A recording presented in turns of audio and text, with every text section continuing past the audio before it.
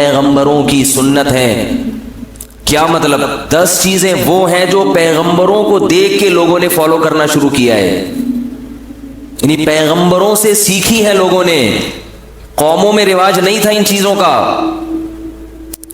ان میں ایک فرمایا کہ ناخن کاٹنا، پہلے لوگ ناخن نہیں کاٹا کرتے تھے، بڑے جا رہے ہیں۔ ناخن کاٹنا کس نے سکھایا ہے؟ بولو نا بھائی، پیغمبروں نے۔ نمبر 2 فرمایا حلق العانہ، زیر ناف بالوں کو صاف کرنا، یہ کس نے سکھایا ہے؟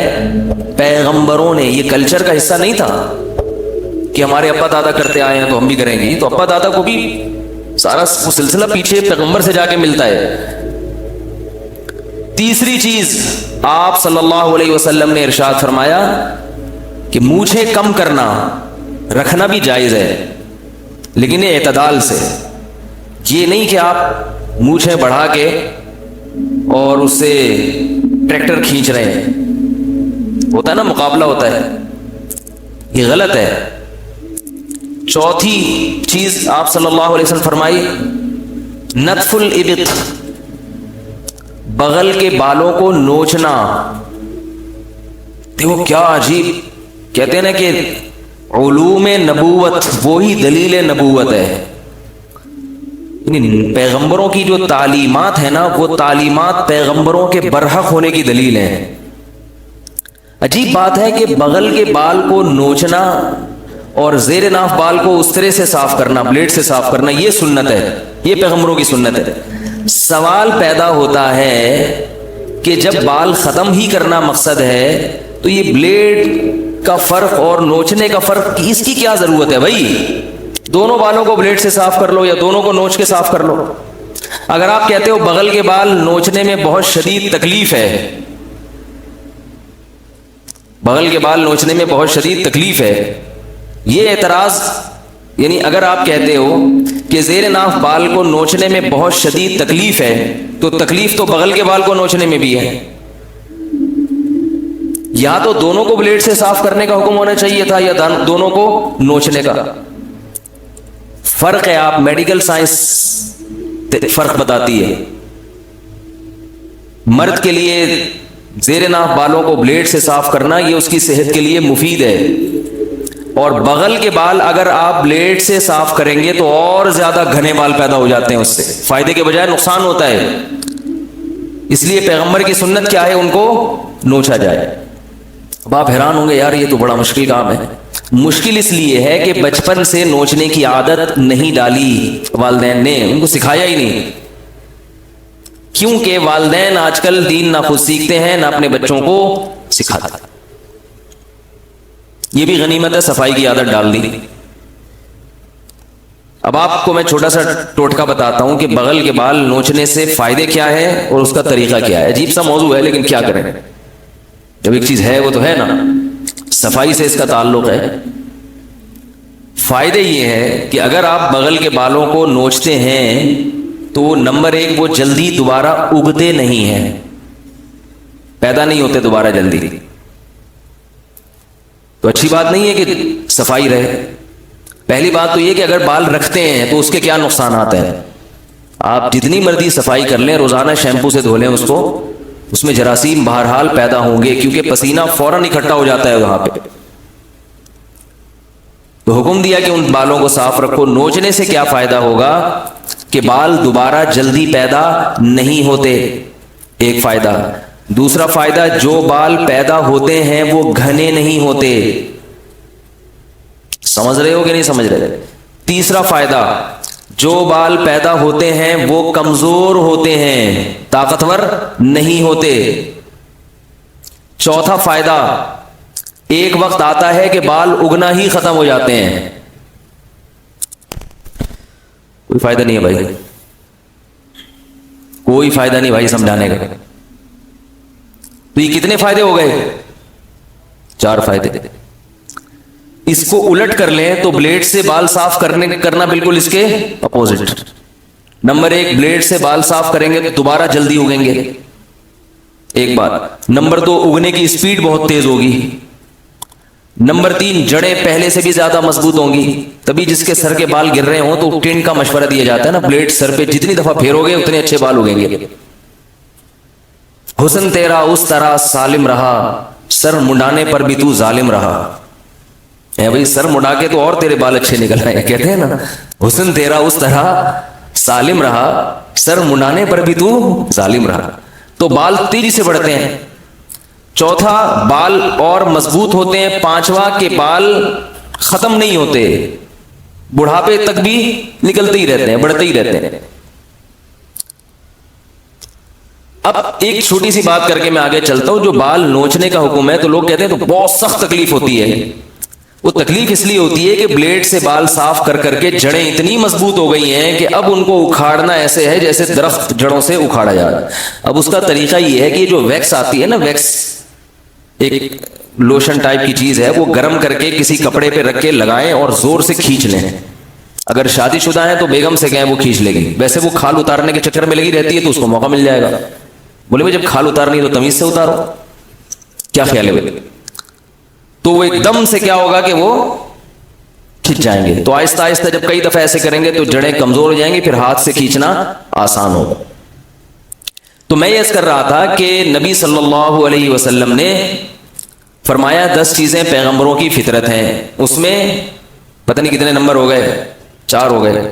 5ویں چیز آپ صلی اللہ علیہ وسلم نے فرمایا کہ غسل البراجم, جوڑوں کا دھونا.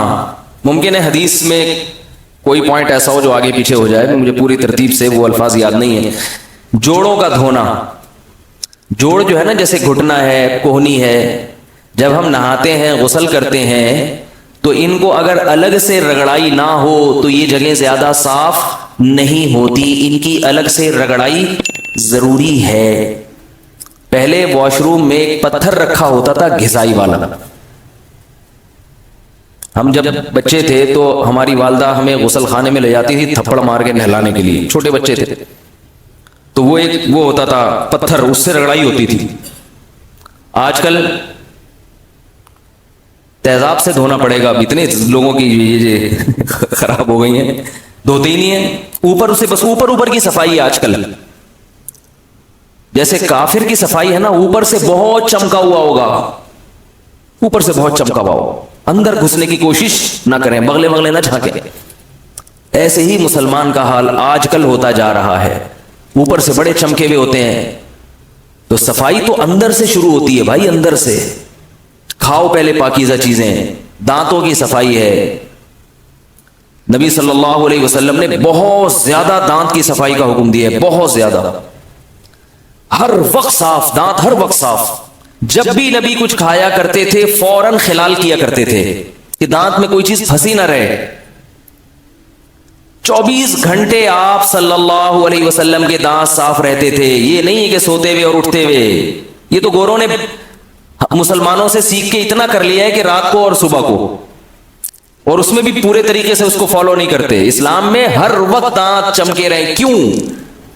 اس لیے کہ تھوک جو آپ کے پیٹ میں جا رہا ہے وہ تو 24 گھنٹے جاتا ہے نا. یہ کچھ کھا رہے ہیں, اگر آپ کے دانت خراب ہیں تو جو بھی کھائیں گے تو وہ گند سارا کہاں جائے گا. اور دانت میں کوئی بھی چیز لگی رہ جاتی ہے تو بہت جلدی وہ سڑنا شروع ہو جاتی ہے. آپ کسی چیز کو باہر نکال کے رکھیں وہ سڑنے میں ٹائم لے گی, لیکن اگر آپ اس کو رکھ لیں منہ کے اندر, اس میں جو سڑنے کا عمل ہے, خراب ہونے کا عمل ہے, وہ جلدی شروع ہو جاتا ہے. سمجھ میں نہیں آ رہا. اب میں بعض دفعہ لوگوں کے چہروں کو دیکھتا ہوں, جب وہ مسکراتے ہیں تو پتہ چل جاتا ہے یہ آدمی کتنا صفائی پسند ہے. مسکراہٹ سے پتہ چل جاتا ہے بندے کی. آپ لوگ تو دانت دیکھتے نہیں نا, کبھی دیکھا کریں پبلک کے دانت. کوئی بھی مسکرائے نا تو اندازہ ہو جائے گا یہ کتنا صفائی, اوپر سے چمکا ہوگا, perfume 3 piece suit, tie, fit فاٹ. صبح ذرا دانت دکھاؤ تو گھن آنا شروع ہو جاتی ہے. کیا کیا پھنسا ہوا ہوتا ہے ان دانتوں کے اندر. صفائی انگریزوں سے مت سیکھو اللہ کے بندو, صفائی اسلام سے سیکھو, اسلام سے. کافروں کی صفائی اوپر کی ہے. میں مانتا ہوں کہ ان میں بہت سے لوگ اندر سے بھی صاف ہوتے ہیں, سارے ایک جیسے نہیں ہوتے, لیکن ہم جو فالو کر رہے ہیں نا ان کو وہ صرف شو بازی والی صفائی. ایک دفعہ میں کسی کے گھر گیا, بہت ٹھیک ٹھاک مالدار تھے وہ, بہت بڑا بنگلہ تھا ان کا. واش روم میں دھلائی کا انتظام نہیں تھا کیونکہ باہر سے آئے تھے, بھائی ترقی یافتہ تھے تو دھلائی ولائی ٹائم ضائع کرنے کی بات ہے, ٹیشو دیکھو چلو ترقی کرنی ہے, ٹھیک ہے نا, اتنا ٹائم تھوڑی ہے بیٹھ کے مسلمانوں کی طرح لوٹا لے کے بیٹھے ہوئے, اتنا ہی ٹائم نہیں ہے بھائی. ٹیشو, جراثیم پیدا ہونے لگے تو کوئی بات نہیں, وہ آج کل ایک کریم آ رہی ہے ریشز کی. تو میں نے ان سے کہا, میں نے کہا بھائی یہ جو آپ کا واش روم ہے تو اس میں جو پانی کا تو سسٹم ہی نہیں ہے, تو اگر کوئی فراغت کے بعد دھوئے گا تو کہاں دھوئے گا؟ انہوں نے کہا دھونا ہے تو یہ جو نہانے کی جگہ ہے نا ادھر ہی دھو بھی سکتا ہے انسان. جہاں نہا رہے ہیں وہیں اپنی گندگی بھی صاف کر رہے ہیں, ویسے بہت صاف ہے, ویسے کیا ہے بہت صاف. میں نے کہا یہ گندگی تو ہمارے جھونپڑی والوں میں نہیں ہوتی کہ جہاں نہاؤ وہیں ناپاکی بھی صاف کرو, تو جھونپڑی والے بھی اتنے گندے نہیں ہوتے. میں مثالیں کیوں دے رہا ہوں؟ یہ سمجھانے کے لیے کہ صفائی کی دو قسمیں ہیں. There are two types of صفائی, ایک شو والی صفائی اور ایک حقیقی صفائی. شو والی صفائی کے لیے اندر سے صاف ہونا ضروری نہیں ہے, دانتوں کو صاف رکھنا ضروری نہیں ہے. ہاں جب کسی سے کوئی ٹوتھ پیسٹ کا اشتہار دینا ہو آپ نے, تو پھر آپ اپنے دانتوں کو صاف کر کے اشتہار دیں اور پھر اس کے بعد جیسے تھے ویسے ہی رہنے دیں. آپ یا ڈاکٹر نے مشورہ دیا کہ آپ کے دانت گل رہے ہیں, سڑ رہے ہیں, تو یہ والا ٹوتھ پیسٹ آپ استعمال کریں. تو صفائی جو ہے نا, جو اسلام نے صفائی بتائی ہے, اس میں اوپر سے میلے ہوں کوئی اتنا بڑا مسئلہ نہیں ہے, وہ بھی غلط ہے, لیکن اندر سے پہلے صاف ہوں, پہلے اندر سے صاف ہو انسان.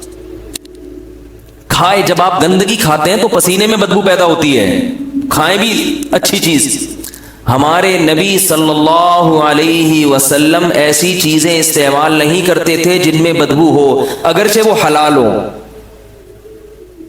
حلال ہونے کے باوجود جن چیزوں میں ہیک ہوتی ہے وہ آپ استعمال نہیں کرتے تھے. جیسے آپ صلی اللہ علیہ وسلم کلیجی نہیں کھایا کرتے تھے. کلیجی خون سے بنی ہوئی چیز ہے, اس میں ہیک ہوتی ہے, حلال ہے, کھا سکتے ہیں, مگر ہمارے نبی نے نہیں کھایا. کچا پیاز نہیں کھایا کبھی ہماری نبی نے, حالانکہ جائز بھی ہے, حلال بھی ہے, صحت کے لیے مفید بھی ہے, مگر بھائی منہ میں بدبو آتی ہے. امت کو اجازت دی, خود نہیں کھایا.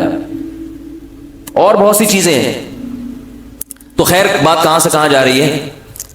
تو میں یہ کر رہا تھا, نبی صلی اللہ علیہ وسلم نے غسل براجم کا حکم دیا, اور آپ صلی اللہ علیہ وسلم نے فرمایا پیغمبروں کی جو فطرت ہے اس میں السواک والتعطر, خوشبو کا استعمال اور مسواک یعنی دانتوں کو کثرت سے صاف کرنا. یہ دو چیزیں دنیا میں کس نے ان کا تعارف کروایا ہے؟ پیغمبروں نے. پیغمبروں سے پہلے لوگ خوشبوؤں کا استعمال بھی نہیں جانتے تھے, خوشبوؤں کا استعمال. اور یاد رکھو خوشبو بدبو ختم کرنے کے لیے نہیں ہوتی. کیا کیا سمجھایا یار. بعض لوگ خوشبو استعمال کرتے ہیں اپنی بدبو ختم کرنے کے لیے. اب میں زیادہ مختلف قوموں کی مثال نہیں دوں گا, لوگ کہتے ہیں پھر یہ کہاں کدھر کو بیان جا رہا ہے ان کا. بعض قومیں دنیا میں ایسی ہیں جو خوشبو بہت زیادہ استعمال کرتی ہیں. کیوں؟ اس لیے نہیں کہ وہ بڑی نفیس قومیں ہیں, اس لیے کہ وہ خوشبو اگر استعمال نہ کریں تو پھر ان کی بدبو سے پوری دنیا مر جائے. ہمارے یہاں بھی ایسا ہوتا ہے, نہا نہیں رہے, ایک ہفتہ ہو گیا, پسینے کی بو آ رہی ہے, وہ اسپرے کیا, آفس چلے گئے. منہ میں بدبو آ رہی ہے, ماؤتھ اسپرے. منہ میں بدبو کا علاج کیا ہے؟ Mouth spray. ہمارے حضرت مفتی رشید احمد صاحب رحمہ اللہ تعالی کو کسی نے ماؤتھ اسپرے لا کے دیا. ہمارے حضرت خوشبو کے بڑے عاشق تھے, بڑی اچھی مہنگی خوشبو استعمال کرتے تھے. کسی نے کہا حضرت یہ ماؤتھ, یہ خوشبو منہ میں جب کریں گے اسپرے تو منہ سے خوشبو آئے گی. حضرت فرمایا منہ میں کیوں خوشبو, کیوں بھائی, یعنی کس وقت؟ تو انہوں نے کہا جب کھانا کھاتے ہیں نا تو کھانے کی بدبو کو ختم کرنے کے لیے. حضرت حیران ہوئے, کھانے کی تو خوشبو ہوتی ہے, بدبو کب سے ہونے لگی کھانے میں؟ کھانا جب ہم کھاتے ہیں تو منہ سے خوشبو آتی ہے, بدبو آتی ہے.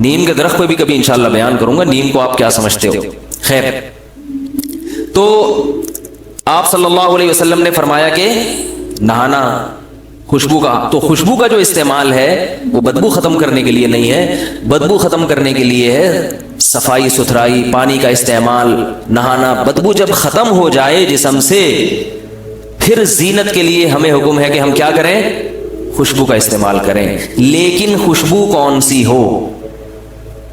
نمازی بھائی جو مسجد میں خوشبوئیں بانٹ رہے ہیں اس سے اپنے آپ کو دور رکھیں. مسجد میں جو نمازی بھائی ہوتے ہیں نا 5-5 روپے کی خوشبو، یا بسوں میں نمازی بھائیوں کے لیے خصوصیت کے ساتھ خوشبو اچھی استعمال کیا کریں، ذرا مہنگی استعمال کیا کریں. اچھی کا مطلب تھوڑی سی مہنگی ہی اچھی ہوتی ہیں، سستی والی خوشبو اچھی نہیں ہوتی. آج کل جو خوشبوئیں استعمال ہو رہی ہیں وہ دماغ پہ چڑھتی ہیں، عجیب سی چیزیں لوگ لے کے گھوم رہے ہوتے ہیں اور پھر زبردستی ٹھوس بھی دیتے ہیں، لگا بھی دیتے ہیں. میں آپ کو ایک فارمولا بتاتا ہوں خوشبو کے بارے میں. الکوہل والی خوشبو کا استعمال بھی جائز ہے، لیکن آپ الکوہل والی خوشبو استعمال نہ کیا کریں. الکوہل والی خوشبو سے طبیعت میں نشاط پیدا ہونے کے بجائے طبیعت پہ بوجھ بنتی ہے، کیونکہ الکوہل دماغ پہ چڑھتا ہے. جب آپ الکوہلک خوشبو استعمال کریں گے تو دماغ معطر نہیں ہوگا. وقتی طور پر مزہ آتا ہے، خوشبو محسوس ہوتی ہے، لیکن سر میں درد بھی ہو سکتا ہے، زکام بھی ہو سکتا ہے اور طبیعت پہ بوجھ پیدا ہوتا ہے. تو جو نان الکوہلک خوشبوئیں ہیں جو خاص طور پہ عرب کنٹریز میں استعمال ہوتی ہیں، وہ خوشبوؤں کا اپنے آپ کو عادی ڈالیں. وہ میٹھی خوشبوئیں ہوتی ہیں، ان میں مزہ ہوتا ہے. پہلی دفعہ میں وہ اچھی نہیں لگیں گی آپ کو، لیکن پھر آپ کو ان کا چسکا لگ جائے گا، اتنی زبردست ہوتی ہیں. میں نے دیکھی گوروں کی خوشبو بھی سونگھی، عربوں کی بھی. عربوں کی خوشبو بڑی زبردست ہوتی ہے، لیکن پہلی نظر میں آپ کو اچھی نہیں لگے گی وہ، کیونکہ دیسی ہے. عود استعمال کیا کریں، عود، اوریجنل عود کہیں سے مل جائے. عود کی جو اچھا خوشبو میں ایک خاص بات یہ بھی ہوتی ہے، جو دیسی خوشبو ہے نا، دیسی خوشبو، دیسی کا مطلب یہ نہیں جو 5-5 روپے میں نیمبو کے نچوڑ کے اور اس میں چینی ملا کے بیچ رہے ہیں.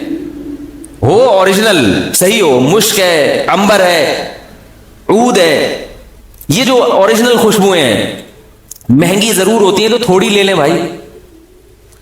تو یہ جو خوشبوئیں ہیں ان کا استعمال صحت کے لیے بھی مفید ہے. عود کا جو استعمال ہے نا، اس سے آپ کے دماغ کو تقویت ملتی ہے، قوت ملتی ہے، اوریجنل عود جو ہے.